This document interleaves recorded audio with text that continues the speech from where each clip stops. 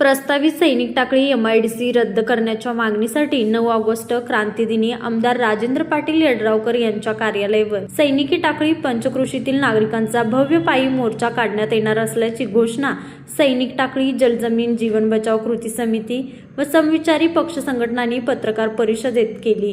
आंदोलनकर्त्यांनी सांगितले की 2023 पासून सैनिक टाकळी ग्रामपंचायतीने एमआयडीसी रद्द करण्याचे ठराव करून शासनाच्या विविध विभागाकडे पाठवले आहे। तरीही स्थानिकाचा विरोध डावलून प्रशासनाकडून एमआयडीसीची प्रक्रिया पुढे नेली जात असल्याचा आरोप करण्यात आला। गेल्या 2 महिन्यापासून सुरू असलेल्या आंदोलनाकडे दुर्लक्ष होत असल्याने आता जनआंदोलन अधिक तीव्र करण्याचा इशाराही देण्यात आला। आमदार राजेंद्र पाटील यड्रावकर यांनी अलीकडेच एमआयडीसी ही करणार आणि विकासही करणार असे विधान केले होते। मात्र एमआयडीसी आणि स्थानिकांच्या हिताचा विकास एकाच वेळी शक्य नसल्याचे सांगत आंदोलनकर्त्यांनी प्रथम एमआयडीसी रद्द करण्याची घोषणा करावी, अन्यथा खुर्ची खाली करावी असा इशारा दिला। मोर्चामध्ये माजी सैनिक, पूरग्रस्त शेतकरी, शेतमजूर, महिला तसेच ट्रॅक्टर आणि बैलगाड्यासह मोठ्या संख्येने नागरिक सहभागी होणार असून तालुक्यातील विविध समविचारी संघटना व पक्षांनी या आंदोलनाला पाठिंबा दिल्याची माहिती पत्रकार परिषदेत देण्यात आली।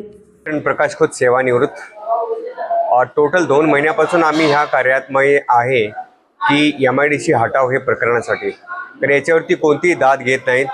तर शेवट आम्ही हेच सांगू इच्छितो की 9 ऑगस्ट क्रांती दिवस आहे, त्याच्या पहिलं आम्हाला एमआयडीसी हटाव हे क्लिअर त्यांनी सॅटिस्फॅक्शन आम्हाला दिलं पाहिजे, नाहीतर आम्ही पूर्ण गाव, माजी सैनिक परिवार, शेतकरी वर्ग आणि पूरग्रस्त वर्ग याबरोबर पंचक्रोशीमधली सर्व मित्रमंडळी आम्ही कार्यालयावर थेट मोर्चा काढणार।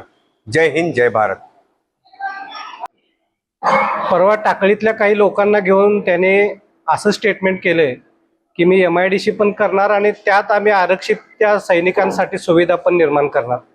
माझं या आमदारांना एक आव्हान आहे, ज्यावेळी एखादी जमीन तुम्ही महसूल विभागाकडनं त्या उद्योग विभागाकडे देणार आहे किंवा एमआयडीसीला देणार आहे, त्यानंतर त्याचा अधिकार सगळा एमआयडीसीचा आहे। मग त्यामध्ये सैनिकांना सुविधा निर्माण करणार कुठल्या जमिनीवर करणार आहे, किती थापा मारायच्या, आणि ही दिशाभूल काही करू नका। सरळ तुम्हाला सैनिकांसाठी करायचं असेल, महापूरग्रस्तांसाठी तिथं जर राखीव तुम्हाला जमीन ठेवायची असेल तर पहिला सरळ पुढे येऊन तुम्ही आम्ही एमआयडीसी रद्द करतोय म्हणा आणि बाकीच्या सुविधा निर्माण करा, आम्ही तुमचं स्वागतच करू।